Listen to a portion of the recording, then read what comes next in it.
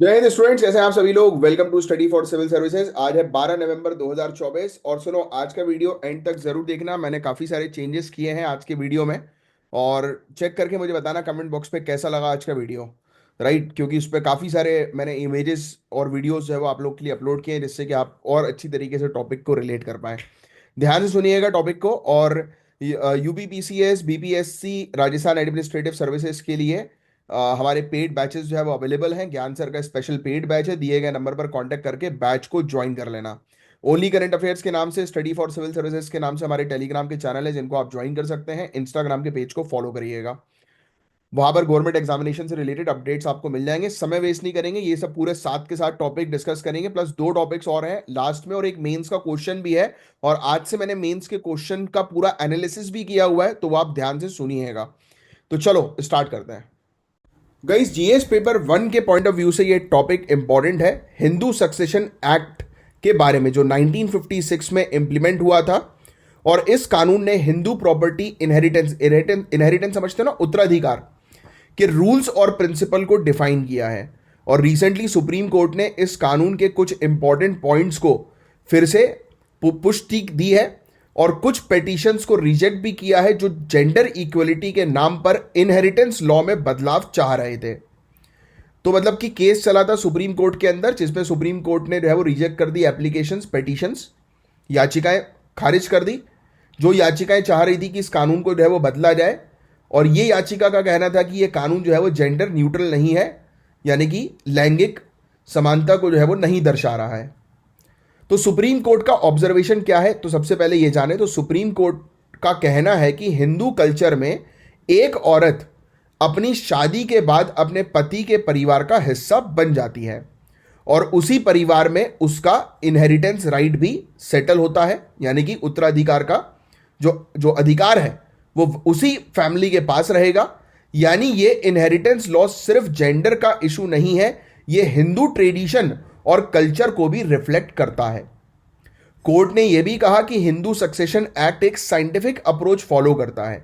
अगर किसी औरत के डायरेक्ट वारिस नहीं है, समझिएगा बात को, किसी औरत का डायरेक्ट यानी कि पुत्र नहीं है, पुत्री नहीं है, तो उसके इनहेरिटेड प्रॉपर्टीज वापस उसके असल परिवार में चली जाती है।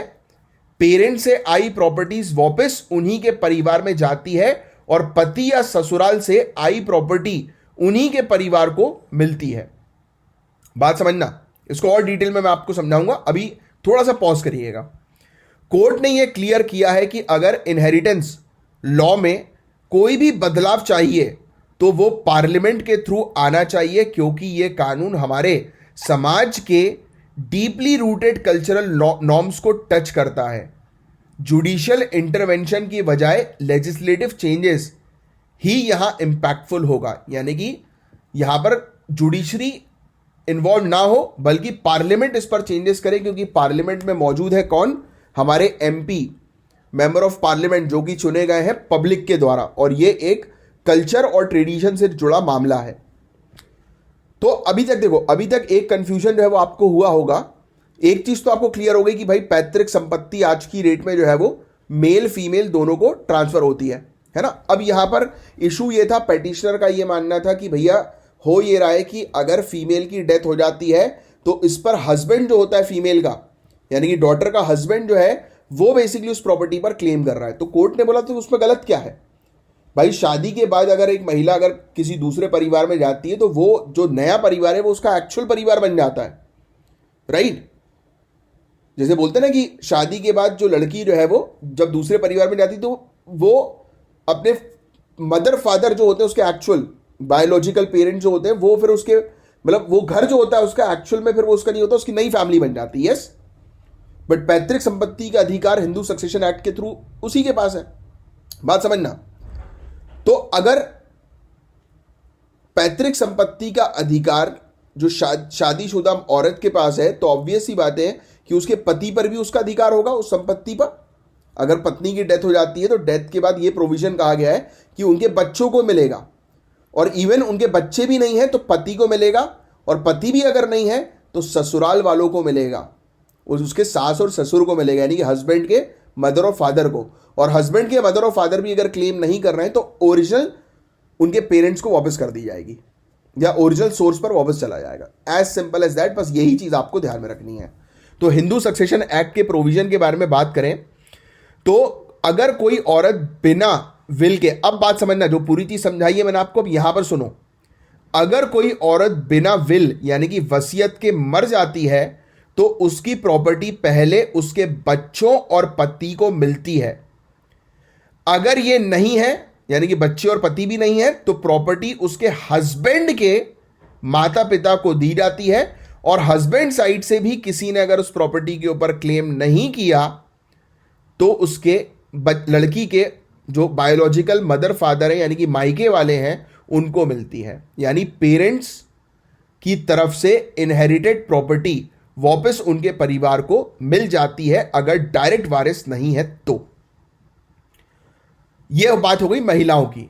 अब पुरुषों की बात करें तो अगर कोई हिंदू पुरुष बिना वसीयत के मर जाता है तो उसकी प्रॉपर्टी इक्वली उसकी बीवी, उसके बच्चों और उसकी मां में बांट दी जाती है, और अगर ये सब वारिस नहीं है तो प्रॉपर्टी उसके फादर को ट्रांसफर होती है।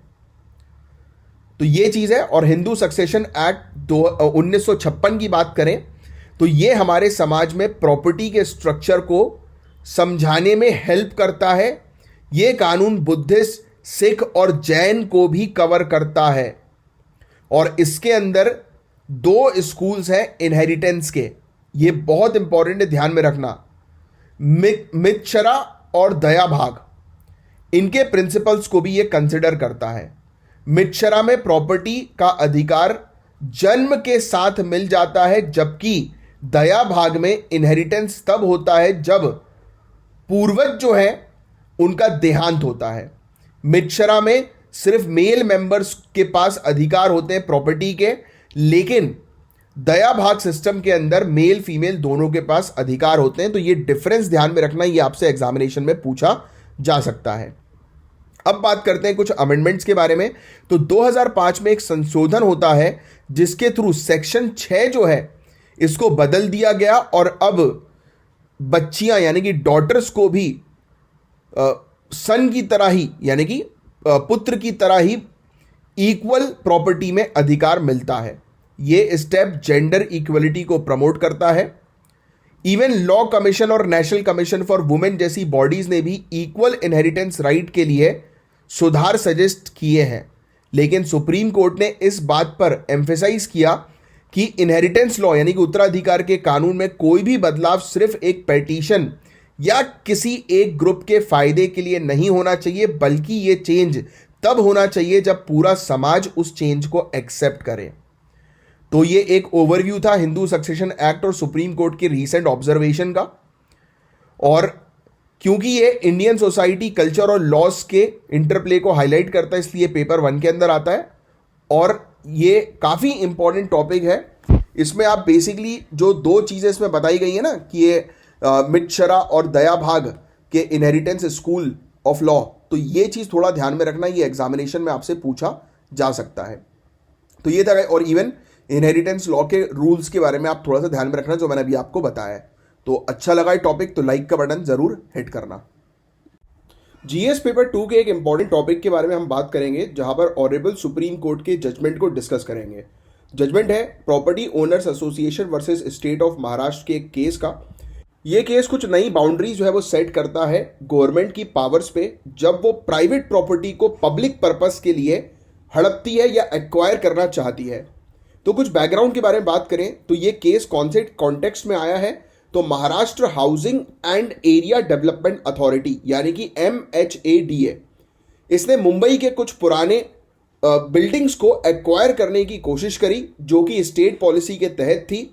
प्रॉपर्टी ओनर्स ने इस एक्विजिशन को चैलेंज किया और कहा कि स्टेट अपने हिसाब से प्राइवेट प्रॉपर्टी को एक्वायर नहीं कर सकती, प्राइवेट प्रॉपर्टी को अपने कंट्रोल में नहीं ला सकती।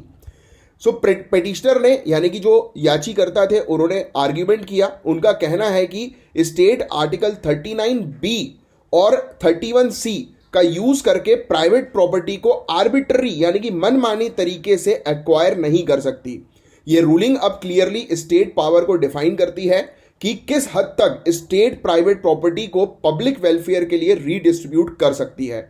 यह चीज आपको समझना बहुत ज्यादा जरूरी है। आर्टिकल 39 क्लॉज बी का इंटरप्रिटेशन जो है वो क्या है, तो इसके बारे में हम बात करें तो आर्टिकल 39 क्लॉज बी स्टेट यानी कि गवर्नमेंट को यह डायरेक्शन देता है कि रिसोर्सेस यानी कि संसाधन को ऐसे मैनेज किया जाए जो कॉमन गुड के लिए हो, यानी कि सभी के हित के लिए हो। लेकिन ऑनरेबल सुप्रीम कोर्ट ने कहा है कि इससे यह नहीं माना जा सकता कि गवर्नमेंट किसी भी प्राइवेट प्रॉपर्टी को एक्वायर कर सकती है।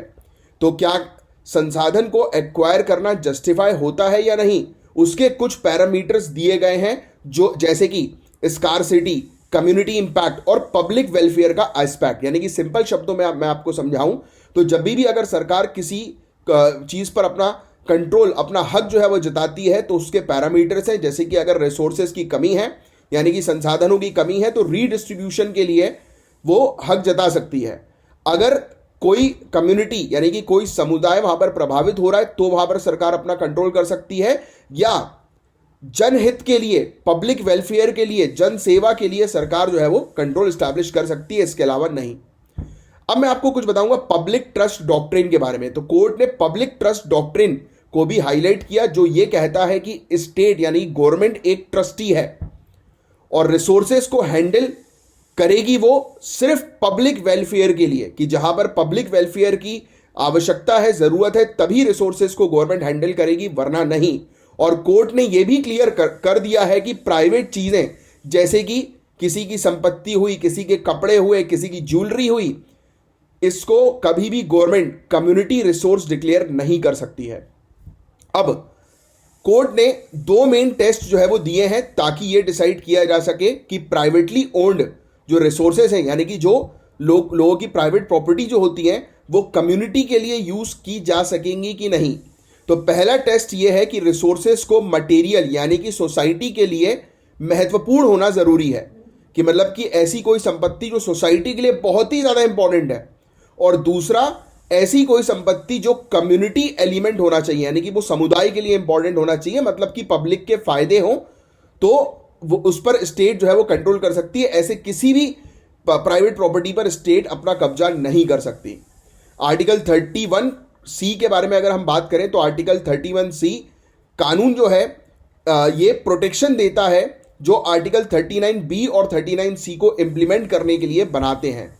यानी कि अगर आपको आर्टिकल 39B और 39C को लागू करना है तो आर्टिकल 31C जो है वो प्रोटेक्शन देता है, और उन्हें फंडामेंटल राइट्स जैसे कि आर्टिकल 14 और 19 के तहत चैलेंज नहीं किया जा सकता। लेकिन कोर्ट ने कहा है कि ये इम्यूनिटी अनकंडीशनल नहीं है, यानी कि ये जो प्रोटेक्शन दी गई है स्टेट को, गवर्नमेंट को, वो अनकंडीशनल नहीं है। स्टेट का इंटेंशन हमेशा पब्लिक वेलफेयर होना चाहिए, यानी कि जनहित के लिए होना चाहिए, और जो भी संसाधन को अगर स्टेट रीडिस्ट्रीब्यूट कर रही है तो वो जनहित के लिए होना चाहिए, वरना जुडिशियल रिव्यू तो हो ही सकता है, यानी कि यहां पर जुडिशरी इंटरवीन तो करेगी ही करेगी। कोर्ट ने कुछ पहले के जजमेंट को भी ओवर रूल किया, जैसे कि 1977 का रघुनाथ रेड्डी और 1982 का संजीव कोक केस। तो पहले के जजमेंट में सोशलिस्ट अप्रोच यानी कि समाजवादी अप्रोच के तहत हर प्राइवेट प्रॉपर्टी को कम्युनिटी के बेनिफिट के लिए एक्वायर करना सही समझा गया था। लेकिन अब कोर्ट ने कहा है कि हमारे कॉन्स्टिट्यूशन में स्ट्रिक्ट इकोनॉमिक डॉक्ट्रिन का जिक्र नहीं है, और इकोनॉमिक डेमोक्रेसी को सपोर्ट करता है जो पब्लिक वेलफेयर और प्राइवेट लोगों के अधिकार के बीच एक बैलेंस बनाए रखते हैं। तो भैया देखो, सरकार जैसे हम जनरली बोलते हैं ना कि सरकार किसी की भी प्रॉपर्टी जो है वो हड़प सकती है, अपने कब्जे में कर सकती है, सभी कुछ सरकार के कंट्रोल में है। अब ये डेफिनेशन जो है वो चेंज हो चुकी है ऑनरेबल सुप्रीम कोर्ट के नए जजमेंट के थ्रू। अब नई डेफिनेशन ये कहती है कि स्टेट जो है वो हर एक किसी की प्रॉपर्टी एक्वायर नहीं कर सकती है, वो तभी एक्वायर करेगी जब जनहित की बात हो, पब्लिक वेलफेयर की बात हो। तो ये एक बैलेंस क्रिएट कर रहा है, और इस जजमेंट ने से ऐसे व्यूज सामने नजर आए जैसे कि जस्टिस BV नागरत्ना ने भी कहा है कि पुराने जजमेंट्स को हटा देना गलत है, क्योंकि उनका अपना एक हिस्टोरिकल कॉन्टेक्स्ट था। देखो, हर एक समय पर एक चीजें होती हैं उस समय के अकॉर्डिंग, जैसा समय चल रहा है वैसा। आज का समय जो है वो ये बोल रहा है कि सरकार जो है वो मनमानी तरीके से, आर्बिट्ररी तरीके से प्राइवेट प्रॉपर्टी के ऊपर कब्जा ना करे। फिर जस्टिस सुधांशु धुलिया ने कहा है कि मटेरियल रिसोर्सेस की डेफिनेशन जुडिशरी के हाथ में नहीं छोड़ देनी चाहिए, बल्कि लेजिस्लेटिव डिस्क्रिशन पे डिपेंड करना जरूरी है। मतलब कि भाई देखो, हर चीज जो है वो जुडिशरी ना करे, पार्लियामेंट बनाई गई है उस पर्पस के लिए, तो पार्लियामेंट अपना काम करे। एनीवेज, अब ये एक इंटरेस्टिंग फैक्ट था कि पहले राइट टू प्रॉपर्टी आर्टिकल 31 के तहत एक फंडामेंटल राइट था, लेकिन 44th अमेंडमेंट के बाद इसे एक कॉन्स्टिट्यूशनल राइट बना दिया गया है। ये फैक्ट आप ध्यान में रखिएगा। और अब आर्टिकल 300A में राइट टू प्रॉपर्टी जो है वो आता है। तो ये जजमेंट का सिग्निफिकेंस क्या है, महत्व क्या है? तो कोर्ट ने कहा है कि स्टेट इंटरवेंशन, यानी कि अगर गवर्नमेंट हस्तक्षेप कर रही है और किसी इंडिविजुअल के प्रॉपर्टी के अधिकार है, यानी कि कोई प्राइवेट प्रॉपर्टी के जिसके पास अधिकार हैं, उनके बीच में एक बैलेंस होना चाहिए। ये डॉक्टर B.R. अम्बेडकर की इकोनॉमिक डेमोक्रेसी का विजन के साथ भी अलाइ करता है। और डायरेक्टिव प्रिंसिपल जैसे कि आर्टिकल 39B को भी फ्लेक्सिबिलिटी के साथ इंप्लीमेंट करना चाहिए, ताकि वो आज के इकोनॉमिक और सोशल कंडीशन के साथ मैच कर सकें, राइट। और आखिर में ये जजमेंट एक बैलेंस क्रिएट करता है जिसमें स्टेट के पास रिसोर्सेज को रीडिस्ट्रीब्यूट करने का राइट है, लेकिन बिना प्राइवेट ओनरशिप को नुकसान पहुंचाए। ये डिसीजन पब्लिक प्रोजेक्ट्स जैसे हेल्थ केयर, एजुकेशन, इंफ्रास्ट्रक्चर को सपोर्ट कर सकता है, लेकिन अगर ये इंटरवेंशन एक्सेसिव हुआ तो प्राइवेट इन्वेस्टमेंट और इनोवेशन पे भी बुरा असर हो सकता है। तो ये एक लैंडमार्क जजमेंट था। और आपके क्या थॉट्स है इस रूलिंग के बारे में, प्लीज कमेंट बॉक्स पर जरूर जो है वो लिख कर बताइएगा। और अभी तक अगर आपने लाइक का बटन हिट नहीं किया है तो प्लीज जरूर लाइक का बटन हिट करें। अब इस टॉपिक के अंदर हम बात करेंगे लॉस एंड डैमेज फंड के बारे में। ये टॉपिक जो है ये GS पेपर 3 का है गाइस। और ये जो फंड है ये बनाया गया है क्लाइमेट चेंज से होने वाले लॉस और डैमेज को एड्रेस करने के लिए, स्पेशली उन कंट्रीज के लिए जहां सबसे ज़्यादा दिक्कतें हैं, जो कंट्री सबसे ज़्यादा वल्नरेबल है, यानी कि क्लाइमेट चेंज की चपेट में सबसे ज़्यादा आ सकती हैं, जैसे कि स्मॉल आइलैंड डेवलपिंग स्टेट्स, यानी कि छोटे छोटे द्वीप। आपको पता है कि सी लेवल राइज होगा तो सबसे पहले इन्हीं आइलैंड्स के ऊपर बुरा असर पड़ने वाला है। तो स्मॉल आइलैंड डेवलपिंग स्टेट्स को हम लोग SIDS बोलेंगे। तो अब डिटेल में समझते हैं इस फंड के एस्पेक्ट्स के बारे में और क्या क्या चीज़ें इसमें हमें देखने को मिलेगी। तो आपको बता दें, कॉन्फ्रेंस ऑफ पार्टी 27 का एक अपडेट। शर्म एल शेख में कॉन्फ्रेंस ऑफ पार्टी 27 समिट में loss and damage fund create किया गया था। यह ध्यान में रखिएगा। यह फंड क्लाइमेट चेंज के वजह से होने वाले लॉस और डैमेज को कवर करेगा, और स्पेशली जो वल्नरेबल कंट्री है, जो कंट्री जो है वो काफ़ी नुकसान हो सकता है जिन कंट्री को क्लाइमेट चेंज के इम्पैक्ट से, जैसे कि SIDS, उनको ये सपोर्ट करेगा। लेकिन अब तक डेवलप्ड और जो रिच कंट्रीज हैं, इन्होंने अपनी फाइनेंशियल कमिटमेंट्स को पूरा नहीं किया है। जो उन्होंने वादा किया था उसको कंप्लीट नहीं किया है, जिसकी वजह से ये क्लाइमेट वल्नरेबल कंट्रीज जो हैं, यानी कि ऐसी कंट्रीज जिनको नुकसान बहुत ज़्यादा होगा क्लाइमेट चेंज के इम्पैक्ट से, इनको सपोर्ट नहीं मिल रहा है। कॉन्फ्रेंस ऑफ पार्टी 29 जो आने वाली है, इसका गोल जो है वो क्या होगा? तो ये फोकस कर रहा है एक नए फाइनेंशियल गोल सेट करने के ऊपर। और इस बार जो है ये होगा कि डेवलप्ड कंट्रीज जो है उनको कमिट करना पड़ेगा कि उन्हें फंड देना है डेवलपिंग कंट्रीज को या वल्नरेबल कंट्रीज को।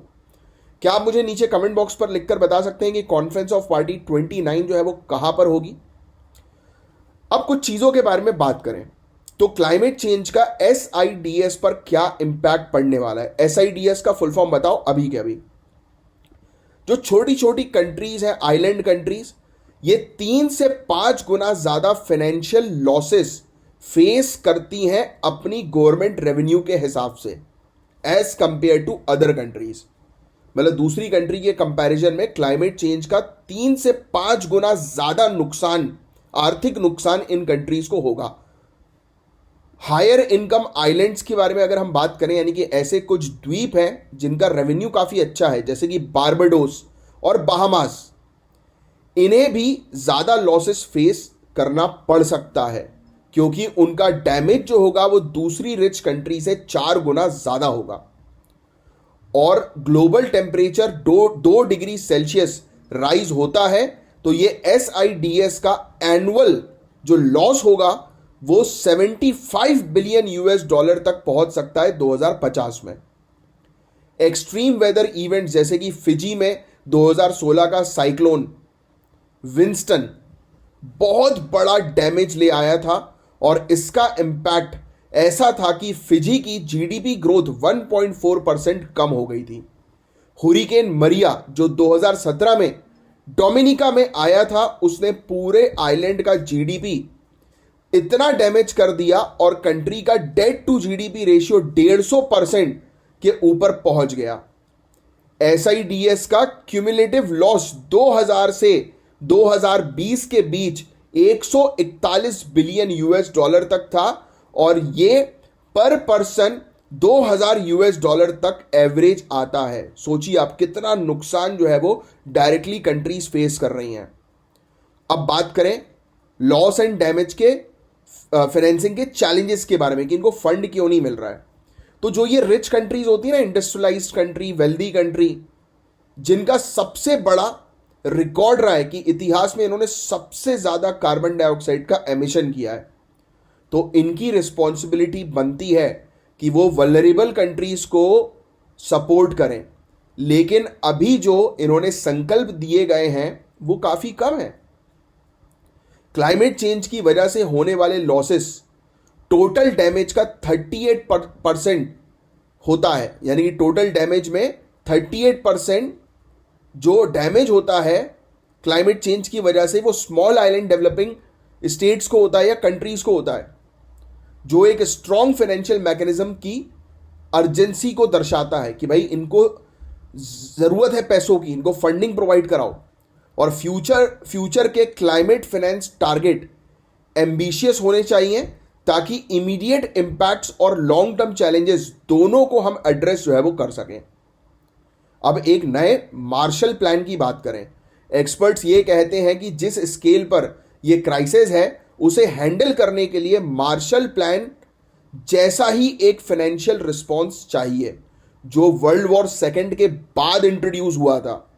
इस फंड का प्रायोरिटी होना चाहिए डिसबर्समेंट क्विक हो, मतलब कि जल्दी से जल्दी कंट्रीज को पैसा मिल सके, इनकम लॉस के लिए बजट सपोर्ट हो और कंसेशनल फाइनेंस अवेलेबल हो, यानी कि कम रेट ऑफ इंटरेस्ट में लोन्स अवेलेबल हो, स्पेशली टूरिज्म और एग्रीकल्चर सेक्टर के लिए। और कुछ इंपॉर्टेंट प्रोग्राम्स है जो सपोर्ट करते हैं एसआईडीएस को, जैसे कि alliance of small island states. SIDS के इंटरेस्ट को इंटरनेशनल क्लाइमेट डिस्कशन में सपोर्ट करता है ये। इसके अलावा बारबाडोस प्रोग्राम ऑफ एक्शन 1994 का ये फोकस करता है एसआईडीएस के वल्नरेबिलिटीज के ऊपर कि किन किन चीजों का उसको नुकसान पहुंच सकता है एसआईडीएस को, जैसे कि सी लेवल राइज हो रहा है।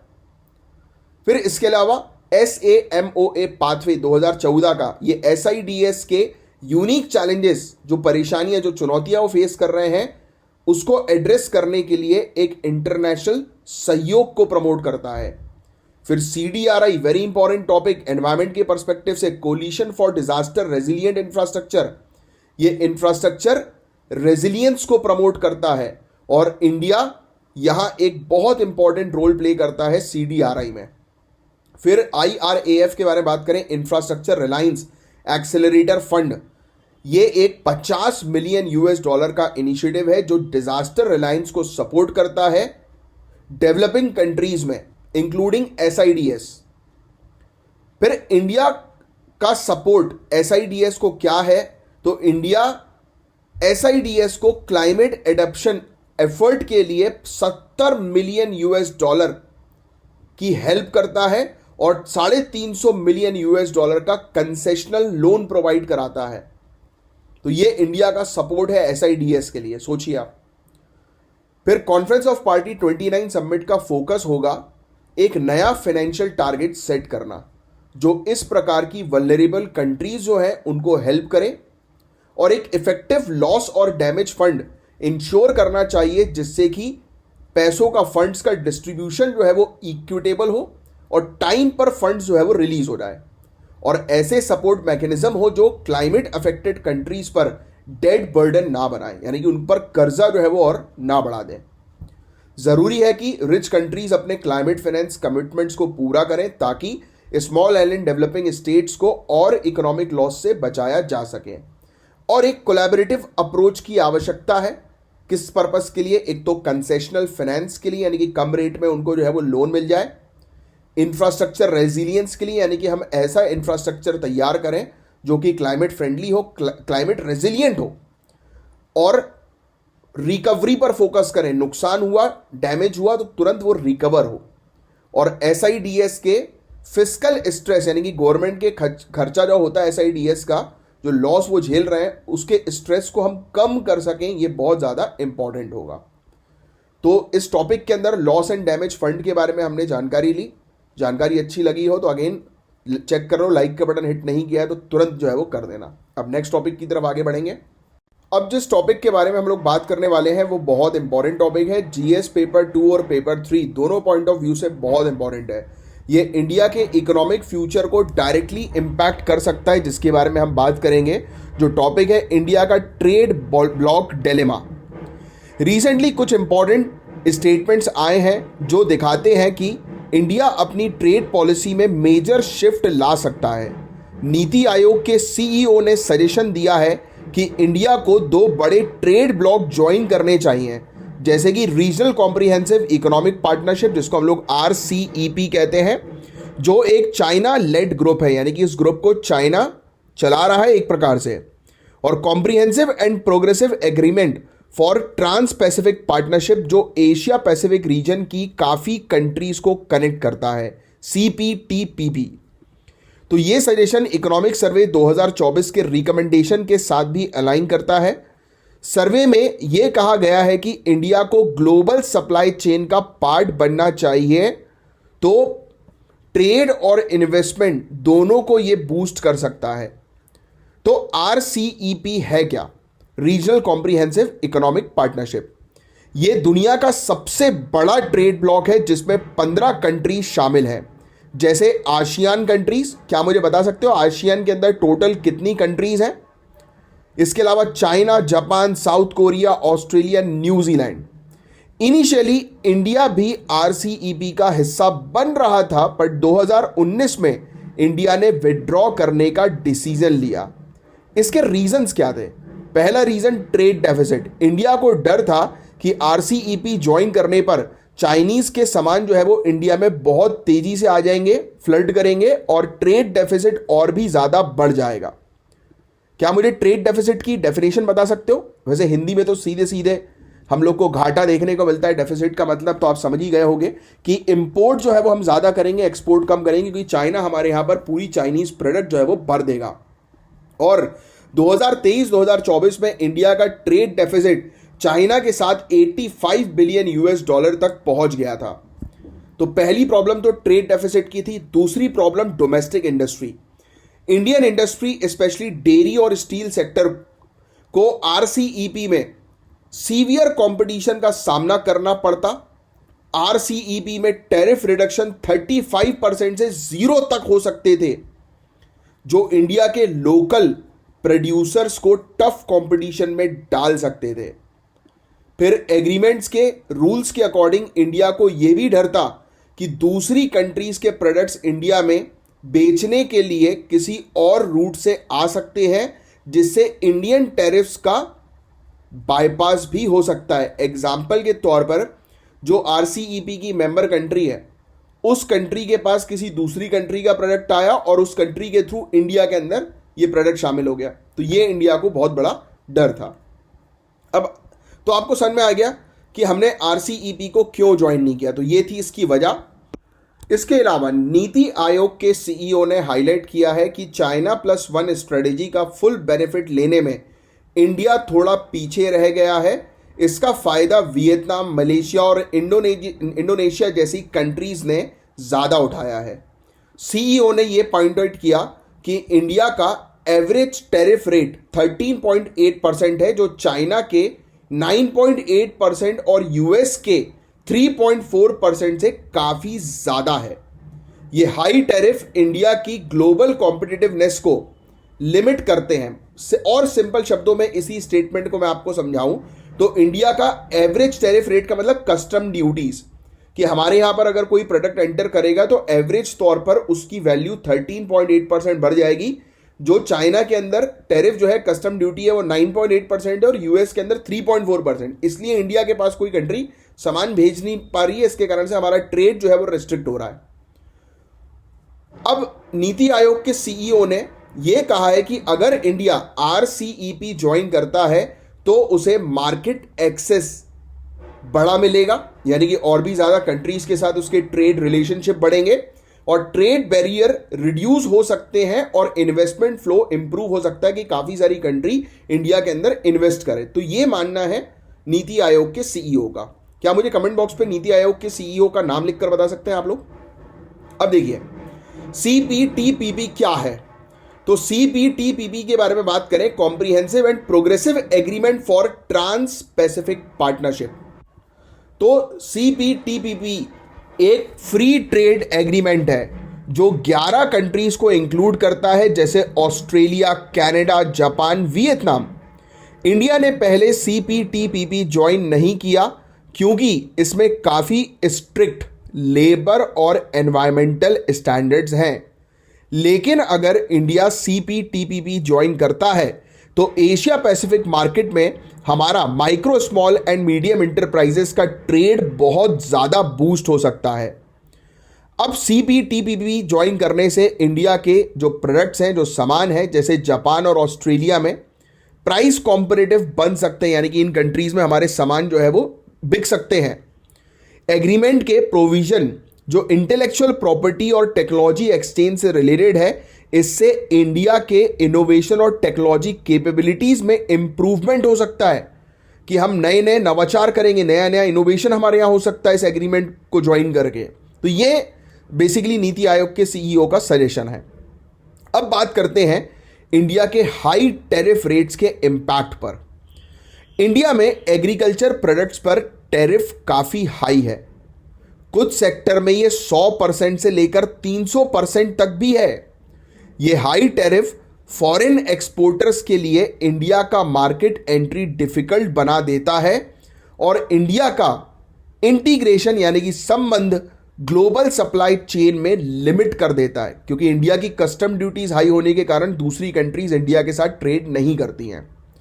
अगर इंडिया अपने टैरिफ रेट कम करती है तो उससे फॉरेन डायरेक्ट इन्वेस्टमेंट के लिए इंडिया एक अट्रैक्टिव डेस्टिनेशन बन सकता है, यानी कि ज्यादा कंट्रीज इंडिया में इन्वेस्ट करेंगी, स्पेशली मैन्युफैक्चरिंग और इंफ्रास्ट्रक्चर सेक्टर में। तो इंडिया के लिए आगे का रास्ता क्या है? तो कुछ सजेशन है जो इंडिया की ट्रेड कॉम्पिटिटिवनेस को और बढ़ा सकते हैं। यूके और यूरोपियन यूनियन जैसे इंपॉर्टेंट पार्टनर्स के साथ फ्री ट्रेड एग्रीमेंट फाइनलाइज करना इंपॉर्टेंट है। सार्क और बिम्स्टेक जैसे रीजनल ग्रुप्स को मजबूत करना, जो साउथ और साउथ ईस्ट एशिया को कनेक्ट करती हैं, यह भी बेनिफिशियल होगा। और साथ ही साथ गल्फ कॉपरेशन काउंसिल और अफ्रीकन नेशंस के साथ एनर्जी, इंफ्रास्ट्रक्चर और डिजिटल कॉपरेशन में पार्टनरशिप इंप्रूव करना। मेक इन इंडिया 2.0 और प्रोडक्शन लिंक्ड इंसेंटिव स्कीम को कंटिन्यू रखना चाहिए, जिससे मैन्युफैक्चरिंग और स्ट्रेंथन होगी और बूस्ट होगी। तो ये था पूरा टॉपिक इंडिया के ट्रेड ब्लॉक डिलेमा को लेकर। उम्मीद करता हूं आपको पूरा टॉपिक अच्छे से समझ में आया होगा।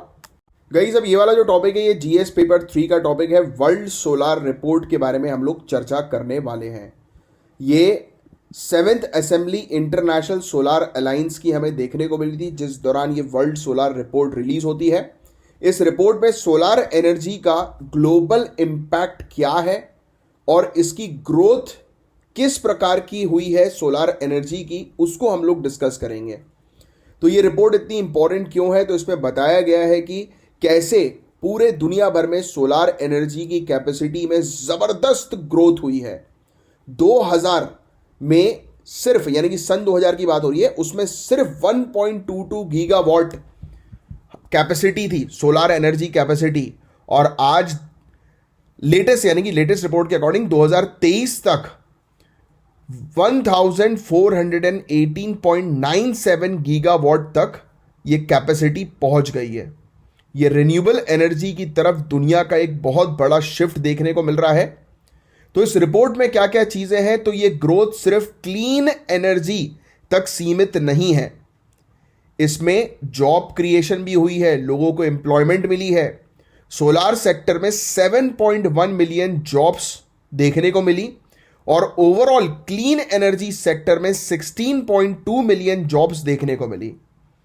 सोलार आज ग्लोबल इकोनॉमी का एक मेजर हिस्सा बन गया है। इन्वेस्टमेंट भी तेजी से बढ़ रही है। 2018 में 2.4 ट्रिलियन यूएस डॉलर इन्वेस्टमेंट थी और ये 2024 तक 3.1 ट्रिलियन यूएस डॉलर तक पहुंच गया है एस्टीमेट।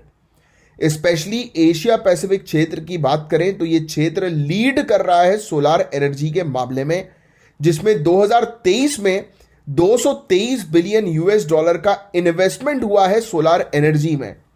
यह दिखाता है कि कैसे ये क्षेत्र रिन्यूएबल एनर्जी में टॉप कर रहा है। तो एशिया पैसिफिक क्षेत्र रिन्यूएबल एनर्जी के मामले में टॉप कर रहा है। इस रिपोर्ट में कुछ लेटेस्ट टेक्नोलॉजिकल एडवांसमेंट्स भी हाईलाइट किए गए हैं। आज हमारे पास मोनोक्रिस्टलीन सोलार फोटोवोल्टाइक मॉड्यूल्स हैं जो 24.9% एफिशिएंसी तक पहुंच चुके हैं, यानी कि इतनी ज़्यादा मात्रा में ये एफिशिएंट है। 2004 के बाद से सिलिकॉन का उपयोग जो है वो 88% कम हुआ है, जो कि प्रोडक्शन कॉस्ट को भी कम करता है। एक और पॉइंट ये है कि सोलार पैनल की मैन्युफैक्चरिंग का प्रोडक्शन डिमांड से ज़्यादा हो सकता है 2024 तक। सोचिए, मतलब डिमांड से ज़्यादा हम प्रोड्यूस कर देंगे 2024 तक। ये ओवर प्रोडक्शन प्राइस को कम करेगा और ग्लोबली सोलार पावर और भी अफोर्डेबल हो जाएगा, क्योंकि जब सप्लाई ज़्यादा रहता है और डिमांड कम रहती है, यानी कि आपने प्रोडक्शन बहुत ज़्यादा कर दिया, तो उसकी कम कीमत में फिर आप मार्केट में रिलीज करते हो, जिससे कि प्राइस जो होती है प्रोडक्ट की वो कम हो जाती है। तो ये बहुत अच्छी चीज़ है कि पूरे दुनिया भर में इसके प्राइस को डाउन करना। ये रिपोर्ट ग्रीन हाइड्रोजन का रोल भी डिस्कस करती है, जो इंडस्ट्रीज को डीकार्बनाइज कर सकता है, जैसे स्टील और सीमेंट इंडस्ट्रीज। अफ्रीका में रिन्यूएबल रिसोर्सेज का पोटेंशियल बहुत ज़्यादा है, इसलिए अफ्रीका ग्रीन हाइड्रोजन प्रोडक्शन में एक लीडर बन सकता है और इससे नए इकोनॉमिक अपॉर्चुनिटीज और सस्टेनेबल ग्रोथ अनलॉक हो सकते हैं। आखिर में रिपोर्ट में कुछ फ्यूचर के स्टेप्स भी सजेस्ट किए गए हैं। सोलार एनर्जी का ग्रोथ मेंटेन करने के लिए कंट्रीज को इंफ्रास्ट्रक्चर, पॉलिसीज और इंसेंटिव्स में इन्वेस्टमेंट करना होगा, स्पेशली डेवलपिंग कंट्रीज को। अफ्रीका में ग्रीन हाइड्रोजन का पोटेंशियल बहुत ज़्यादा है और इसमें इन्वेस्टमेंट से अफ्रीका पूरे दुनिया भर में एनर्जी ट्रांजिशन में एक बहुत इंपॉर्टेंट प्लेयर बन सकता है। सोलार एफिशिएंसी और कम प्रोडक्शन कॉस्ट के एडवांसमेंट से सोलार एनर्जी बहुत दूर दराज, यानी कि रिमोट और अंडरसर्व्ड एरियाज तक भी एक्सेसिबल हो सकती है। पूरे दुनिया भर में पार्टनरशिप काफ़ी ज़रूरी है सस्टेनेबल एनर्जी ट्रांजिशन के लिए, और अगर हम टेक्नोलॉजी और फाइनेंशियल रिसोर्सेज शेयर करते हैं तो सोलार एनर्जी का पोटेंशियल पूरी तरह से अनलॉक कर सकते हैं। तो ये वर्ल्ड सोलार रिपोर्ट का ओवरव्यू था। ये रिपोर्ट दिखाता है कि रिन्यूएबल एनर्जी फ्यूचर में कितनी ज़्यादा ज़रूरी है। जॉब से लेकर इन्वेस्टमेंट तक सोलार एनर्जी एक बहुत ही इंपॉर्टेंट रोल प्ले कर रही है। तो उम्मीद करते हैं कि कंट्रीज़ मिल के और इनोवेटिव तरीके जो है वो निकालें, जिससे कि पूरे दुनिया भर में क्लीन एनर्जी एक बहुत इंपॉर्टेंट प्रायोरिटी जो है वो बन जाए। तो उम्मीद करता हूँ ये टॉपिक अच्छे से आपको समझ में आया होगा। एक और इंटरेस्टिंग टॉपिक हम लोग को जीएस पेपर 3 के पॉइंट ऑफ व्यू से देखने को मिल रहा है। ये जो टॉपिक है इसमें चाइना के जियांगमेन अंडरग्राउंड न्यूट्रिनो ऑब्जर्वेटरी की हम लोग बात करेंगे, यानी कि जूनो की, JUNO। चाइना में जूनो ऑब्जर्वेटरी का एक नया मिशन स्टार्ट होने वाला है। न्यूट्रिनो को ऑब्जर्व करने के लिए डेटा कलेक्शन, ये पार्टिकल फिजिक्स में एक बहुत ही बड़ा स्टेप माना जा रहा है। कंस्ट्रक्शन के कई साल बाद और 300 मिलियन यूएस डॉलर की इन्वेस्टमेंट के साथ ये ऑब्जर्वेटरी 2025 में शुरू हो जाएगी। तो न्यूट्रिनो और इस ऑब्जर्वेटरी के महत्व क्या क्या है, तो इसके बारे में हम लोग बात करेंगे। सबसे पहले न्यूट्रिनोज है क्या? तो ये सब एटॉमिक पार्टिकल्स हैं जिनका कोई इलेक्ट्रिक चार्ज नहीं होता और इनकी मास जो है वो बहुत ही कम होती है। ये यूनिवर्स में सबसे ज़्यादा पाए जाने वाले पार्टिकल्स हैं और न्यूक्लियर फ्यूजन के दौरान प्रोड्यूस होते हैं, जैसे हमारे सन में और न्यूक्लियर रिएक्टर्स में भी। एक और इंटरेस्टिंग बात यह है कि न्यूट्रिनोज अपने टाइप्स के बीच ऑक्सिलेट कर सकते हैं, मतलब घूम सकते हैं। इलेक्ट्रॉन न्यूट्रिनो, मुऑन न्यूट्रिनो और ताउ न्यूट्रिनो के बीच। अब इन टाइप्स के मास हिरार्की को समझना हमें यूनिवर्स के ओरिजिन और मैटर के प्रॉपर्टीज के बारे में एक बहुत अच्छी जानकारी देता है। तो सिंपल शब्दों में न्यूट्रिनोस को स्टडी करके हम इस ब्रह्मांड के ओरिजिन को स्टडी कर सकते हैं।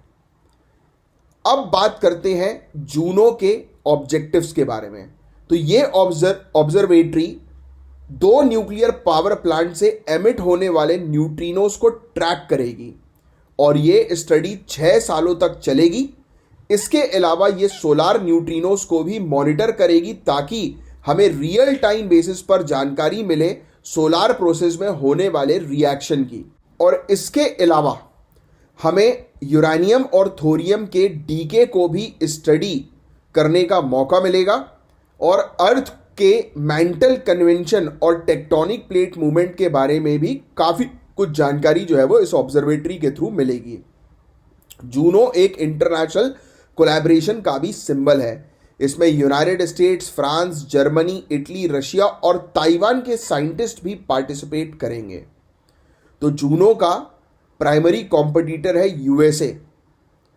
डीप अंडरग्राउंड न्यूट्रिनो एक्सपेरिमेंट यानी कि ड्यून, तो यूएसए का ड्यून है और चाइना का जूनो है जो न्यूट्रिनो पर रिसर्च कर रहा है। ये प्रोजेक्ट यानी कि डून की बारे में बात करें तो ये प्रोजेक्ट साउथ डकोटा में हो रहा है, लेकिन डिले और बजट इशू की वजह से अब ये 2023 में ऑपरेट हो पाएगा यूएसए वाला। और न्यूट्रिनो रिसर्च में राइवलरी को और भी मजबूती तब मिली जब यूएस डिपार्टमेंट ऑफ एनर्जी ने कुछ फंड्स को रिलोकेट कर दिया ताकि ड्यून को प्रायोरिटाइज किया जा सके। तो जूनो के फंडिंग में कटौती भी हुई है यूएसए की तरफ से, जो मेनली यूएसए चाइना के बीच में चल रही टेक्नोलॉजी और ट्रेड टेंशंस की वजह से हुई। लेकिन इंटरेस्टिंगली एक यूएस की टीम भी जूनो में इन्वॉल्व है जो नेशनल साइंस फाउंडेशन के थ्रू फंडेड है। ये बता रहा है कि पॉलिटिकल बैरियर्स के बावजूद भी साइंस में कोलैबोरेशन चल रहा है, यानी कि आपस में चाइना और यूएसए की बनती नहीं है बट साइंटिफिक अप्रोच के पॉइंट ऑफ व्यू से दोनों साथ में टेबल में बैठते हैं। इस प्रोजेक्ट में डेटा इंटीग्रिटी और कोलैबोरेशन के लिए भी काफ़ी प्रयास लगाए गए हैं। ऑब्जर्वेटरी में 600 मैट्रिक टन का एक स्पेरिकल डिटेक्टर है जो न्यूट्रिनोस का पैसेज ट्रैक करेगा। ये डेटा रियल टाइम में बीजिंग, रशिया, फ्रांस और इटली में कोलैबोरेटिंग इंस्टीट्यूट्स के पास भेजा जाएगा। जूनो में 2 इंडिपेंडेंट टीम्स को डेटा एनालिसिस में इन्वॉल्व किया गया है जो कंसिस्टेंट रिजल्ट के लिए काम करेंगे।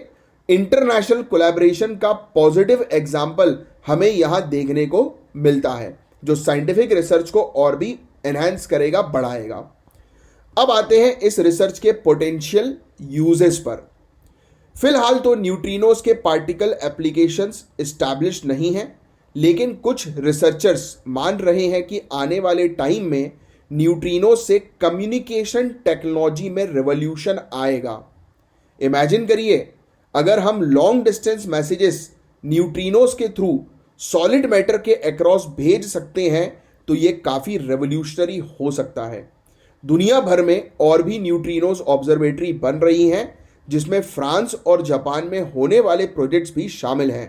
इनका फोकस होगा फंडामेंटल फिजिक्स और यूनिवर्स के इवोल्यूशन को समझने के ऊपर।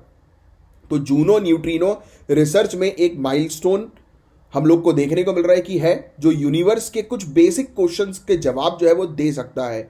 साइंस और जियोपॉलिटिक्स के इंटरसेक्ट पर यह प्रोजेक्ट एक एग्जाम्पल है कि कैसे इंटरनेशनल कोलैबोरेशन पॉसिबल है, चाहे पॉलिटिकल टेंशन हो या नहीं।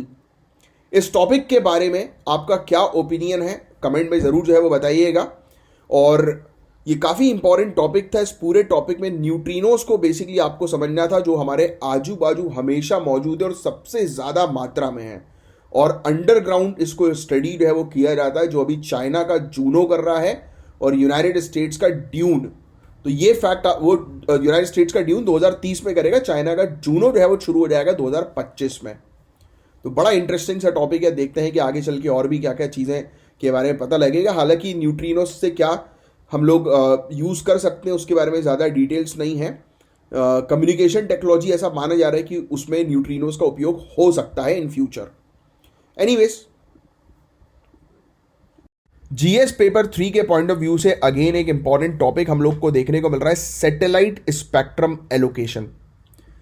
इंडिया ने अपनी सैटेलाइट स्पेक्ट्रम एलोकेशन अप्रोच में एक मेजर चेंज किया है, इसी के बारे में हम बात करेंगे।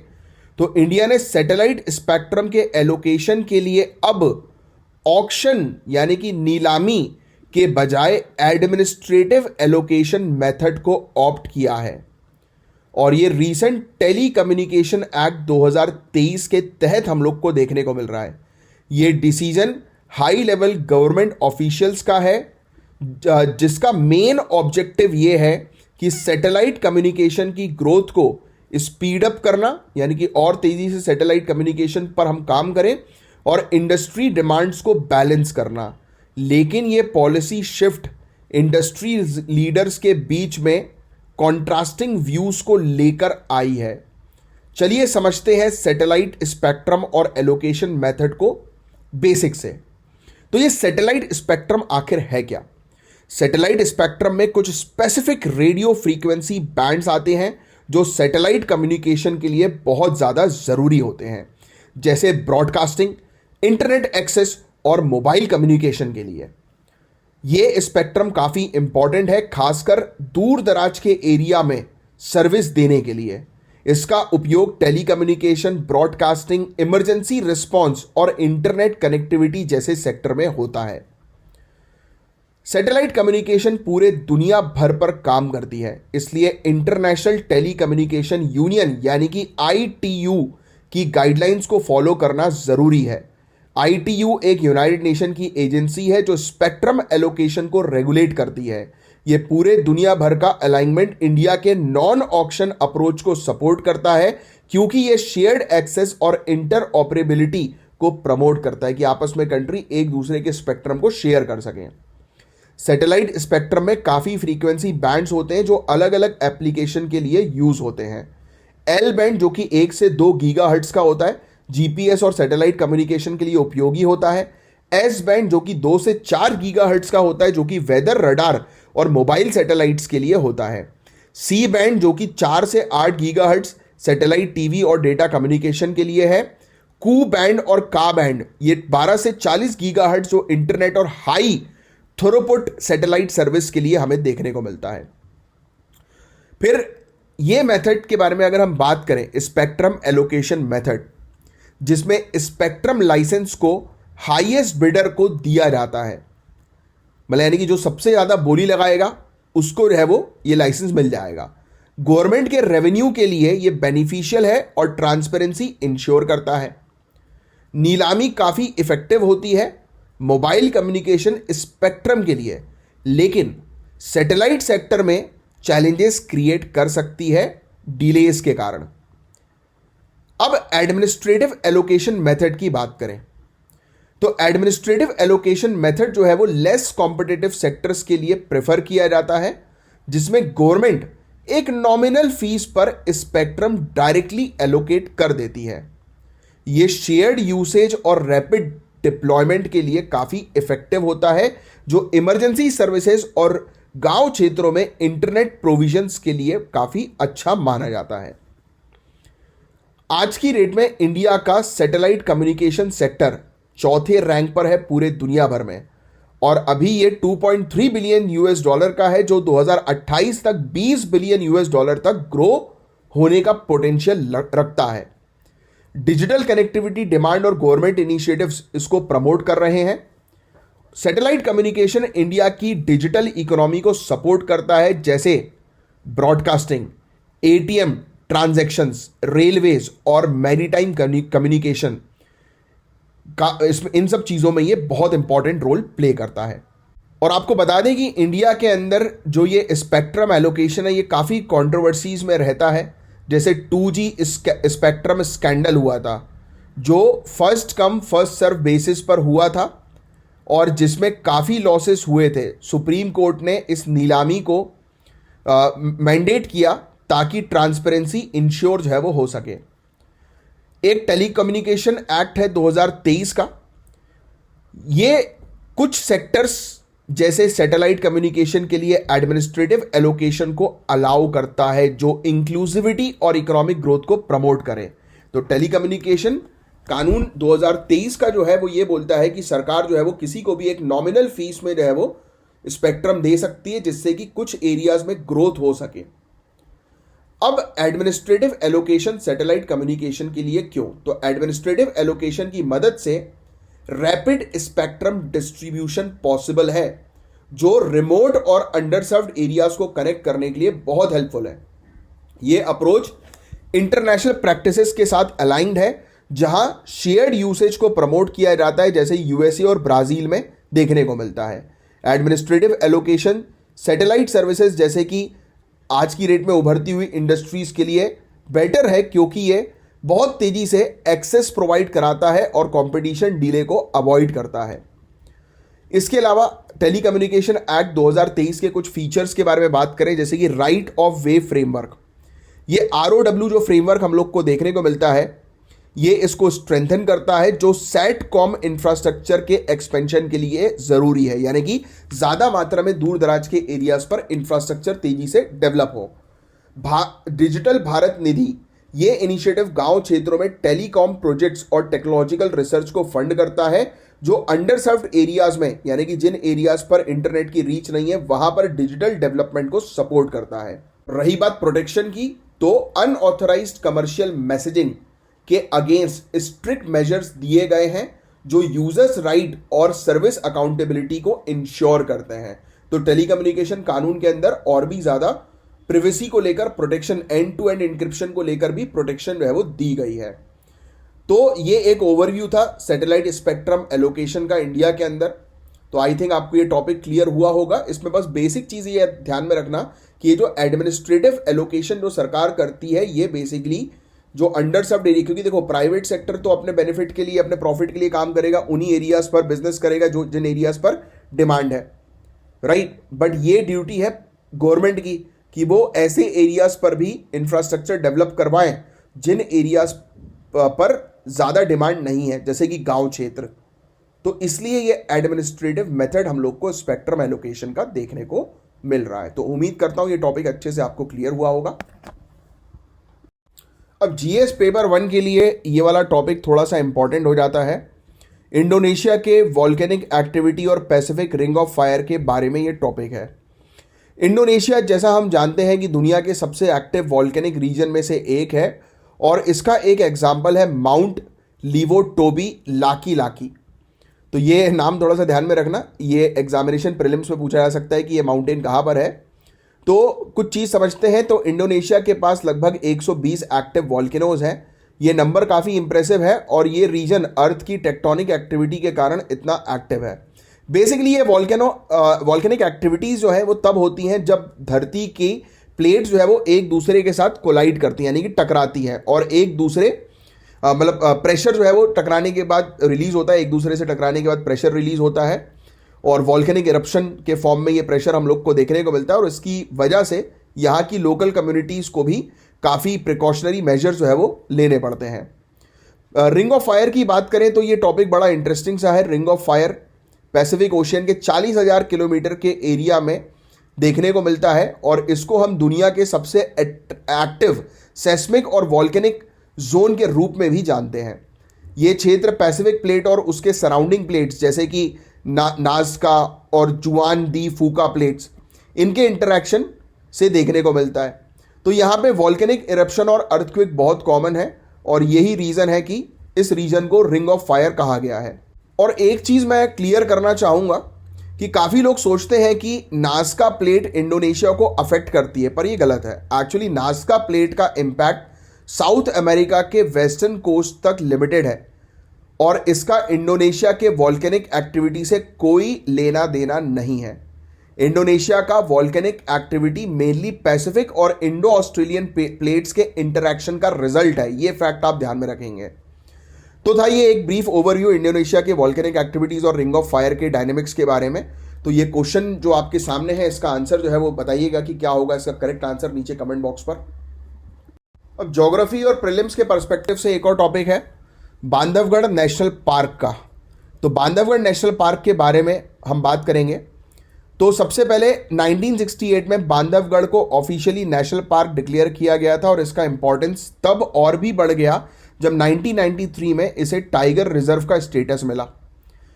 टाइगर प्रोजेक्ट के अंडर या फिर प्रोजेक्ट टाइगर के अंडर ये पार्क जो है वो स्पेशल बन जाता है क्योंकि यहाँ बंगाल टाइगर्स की काफ़ी अच्छी पॉपुलेशन है और इस पार्क ने टाइगर कंजर्वेशन में मेजॉरिटी रोल भी जो है वो प्ले किया है।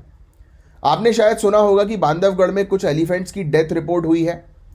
अब ये डेथ हुई थी पॉइजनिंग की वजह से। जो कोडो मिलेट्स मतलब समझते हो, जैसे कि हम लोग को ये मोटे अनाज जो देखने को मिलते हैं, तो कोडो मिलेट्स खाने से हुई थी। अब इसका एक टॉपिक मैं अलग से स्पेशल वीडियो में बना चुका हूं, आपने देखा नहीं है तो देख लेना। ये मिलेट्स एनिमल के लिए टॉक्सिक हो सकता है और जब एलिफेंट ने इसे कंज्यूम किया तो उनकी हेल्थ पर नेगेटिव इंपैक्ट पड़ा। ये इंसिडेंट वाइल्ड लाइफ कंजर्वेशन के पॉइंट ऑफ व्यू से भी काफ़ी इंपॉर्टेंट है क्योंकि ये फूड मैनेजमेंट और हैबिटेट प्रिजर्वेशन के इशू को भी हाईलाइट करता है। एक और इंटरेस्टिंग फैक्ट है कि बांधवगढ़ प्राइमरीली बंगाल टाइगर्स के लिए फेमस है, ना कि एलिफेंट्स के लिए। इंडिया में सबसे ज़्यादा एलिफेंट्स कर्नाटक में पाए जाते हैं जो कि बांधवगढ़ में नहीं है। ये रिजर्व प्राइमरीली टाइगर पॉपुलेशन और यूनिक वाइल्ड लाइफ इकोसिस्टम के लिए जाना जाता है। तो ये था एक टॉपिक और इसी टॉपिक से रिलेटेड आपके सामने एक क्वेश्चन है, ट्राई करिए इसका आंसर देने की। अब देखो जीएस पेपर 3 के पॉइंट ऑफ व्यू से एक क्वेश्चन आपके सामने है। तो ये अगर हम बात करें थोड़ी सी इसके बारे में, तो ह्यूमन वाइल्ड लाइफ कॉन्फ्लिक्ट और इसका इम्पैक्ट इकोलॉजी के ऊपर यानी कि इस पर्टिकुलर परिस्थितिकी तंत्र में और सोशियो इकोनॉमिक एस्पेक्ट पर कैसा है। तो बांधवगढ़ टाइगर रिजर्व का एक रीसेंट केस स्टडी भी जो है वो इसमें आप मेंशन जो है वो करो। और मैं आपको बता दूं कि पहले तो ह्यूमन वाइल्ड लाइफ कॉन्फ्लिक्ट क्या होता है उसके बारे में आपको बताना है। तो असल में जब ह्यूमन और वाइल्ड लाइफ पॉपुलेशन एक ही एरिया को शेयर करते हैं तो कॉन्फ्लिक्ट अराइज होते ही हैं। तो आज की डेट में हमने पेड़ पौधे जो है वो काट दिए, जानवरों का हैबिटेट लॉस हो रहा है, राइट। और इससे उनका जो एक्चुअली में जिस क्षेत्र में वो रहते हैं वो ख़त्म होते जा रहे हैं। गांव हुए, एग्रीकल्चर फील्ड हुई, राइट। तो इसमें फिर वो बेचारे चले जाते हैं क्योंकि उनके जंगल में तो हमने घर बना लिया है। तो ये सिर्फ जानवरों के लिए नहीं है, ह्यूमंस के लिए भी डेंजरस है क्योंकि आप जानते हैं कि भाई दोनों का ही नुकसान होता है, इसमें लाइफ जो है वो जाती है। बांधवगढ़ टाइगर रिजर्व जो मध्य प्रदेश में है, मतलब ये ऐसे कॉन्फ्लिक्ट्स का एक मेजर हॉटस्पॉट जो है वो बन गया है। अब इकोलॉजिकल इम्पैक्ट पर चर्चा करें तो जब वाइल्ड लाइफ को ह्यूमन सेटलमेंट्स में एंटर करना पड़ता है, यानी कि जहाँ पर लोग रहते हैं वहाँ पर अगर जानवर आते हैं तो उनका नेचुरल बिहेवियर जो है वो डिस्टर्ब होता है। एग्जाम्पल, टाइगर या वाइल्ड एनिमल्स जब ऐसे क्षेत्र में जाते हैं जहाँ पर मानव रह रहे हैं तो उनका प्रे प्रेडेटर बैलेंस डिस्टर्ब हो जाता है, राइट। यानी कि मतलब सिंपल सी बात है कि फिर वो शिकार मानव का करेंगे तो उनका शिकार नहीं करेंगे, जो कि एक फूड वेब या फूड चेन को जो है वो बैलेंस करता है। तो ये पूरे ओवरऑल इकोसिस्टम को अफेक्ट करेगा। तो रीसेंट एग्जांपल के तौर पर अगर हम बात करें तो बांधवगढ़ में कुछ केसेस सामने आए हैं जिसमें वाइल्ड लाइफ पॉइजनिंग का जिक्र है। ये wild life poisoning wild life की पॉपुलेशन को डायरेक्ट थ्रेट है जो कहीं ना कहीं इकोलॉजिकल बैलेंस को डिस्ट्रॉय करता है। जब टॉप प्रीडेटर्स होते हैं जैसे कि टाइगर्स, इनकी पॉपुलेशन डिक्लाइन होती है तो नीचे फूड चेन भी जो है वो इम्पैक्ट होता है। ह्यूमन वाइल्ड लाइफ कॉन्फ्लिक्ट का सिर्फ एनवायरमेंट पर ही नहीं बल्कि सोशियो इकोनॉमिक एस्पेक्ट पर भी काफ़ी इंपैक्ट होता है। बांधवगढ़ में रहने वाली लोकल कम्युनिटीज़ का major source of income agriculture और लाइव स्टॉक है, लेकिन जब वाइल्ड एनिमल्स जैसे कि टाइगर और लेपर्ड इनके एरियाज में आते हैं तो इनके लाइव स्टॉक या क्रॉप को हार्म करते हैं। तो ऑब्वियस ही बात है कि टाइगर्स या कोई भी दूसरे जानवर आएंगे तो फसलों वगैरह को खराब करेंगे। इस वजह से उनका इकोनॉमिक लॉस होता है और कुछ केसेस में उनकी जान भी चली जाती है। तो ऐसी सिचुएशन में रिटेलिएशन भी होता है, मतलब लोकल विलेजर्स वाइल्ड लाइफ को पॉइजन करते हैं, उनको अटैक करते हैं, उनको मार डालते हैं। पोचिंग और इलीगल एक्टिविटीज़ को भी इससे बढ़ावा मिलता है। अल्टीमेटली इससे कंजर्वेशन एफर्ट्स भी वीक होता है कि हम संरक्षण का प्रयास कर रहे हैं और यहाँ पर ह्यूमन वाइल्ड लाइफ कॉन्फ्लिक्ट के चलते नुकसान जो है वो हुआ जा रहा है। तो ऐसे कॉन्फ्लिक्ट्स को मैनेज करने के लिए गवर्नमेंट ने कुछ स्टेप्स जो है वो लिए हैं, जैसे कि कंपनसेशन स्कीम हो गई, रैपिड रिस्पॉन्स टीम्स बनाई गई, अवेयरनेस कैंपेन्स बनाए गए। बांधवगढ़ टाइगर रिजर्व में भी ऐसे मेजर्स इंप्लीमेंट हो रहे हैं। लेकिन इशू ये है कि जैसे कि टाइमली कंपनसेशन ना मिलना, समय पर उनको मुआवजा ना मिलना, प्रॉपर मॉनिटरिंग नहीं होती है, लोकल पॉपुलेशन उनमें अवेयरनेस की कमी है, तो ये सारी चीज़ें इस प्रॉब्लम को और कॉम्प्लिकेट करती हैं। तो आगे बढ़ने के लिए हमें कुछ सोल्यूशन पर भी सोचना होगा। सबसे पहले बफर जोन और वाइल्ड लाइफ कॉरिडोर्स को क्रिएट करना इंपॉर्टेंट है, ताकि वाइल्ड लाइफ को अपने नेचुरल रूट्स पर मूव करने का स्पेस मिले और विलेजेस और ह्यूमन सेटलमेंट सेफ रहे। अवेयरनेस कैंपेन और कम्युनिटी एंगेजमेंट भी बहुत ज़्यादा ज़रूरी है, ताकि लोकल कम्युनिटीज़ वाइल्ड लाइफ की इंपॉर्टेंस को समझ सकें और कंजर्वेशन एफर्ट्स पर प्रयास कर सकें। तो ये ओवरऑल हमने इस क्वेश्चन के बारे में जो है वो एक डिस्कशन किया। मैंने आपको काफ़ी सारे पॉइंट्स बताए और इसी पॉइंट्स को ध्यान में रखते हुए आप एक मेंस का 120 से लेकर 150 वर्ड्स में जो है वो आंसर लिखने की कोशिश करिएगा। तो चलिए, अब मैं मिलूंगा आपको नेक्स्ट लेक्चर में। आज के लेक्चर में मैंने कुछ इनोवेटिव चीज़ें आप लोग के लिए करी हैं। थोड़ा सा टाइम कंज्यूमिंग रहा मेरे लिए ये, बट मैंने सोचा कि आपको काफ़ी ज़्यादा हेल्प करेगा रिकॉल करने में, समझने में, इंटरेस्ट डेवलप करने में। तो अच्छा लगा है तो लाइक का बटन ज़रूर हिट करो और शेयर ज़रूर करना। जय हिंद।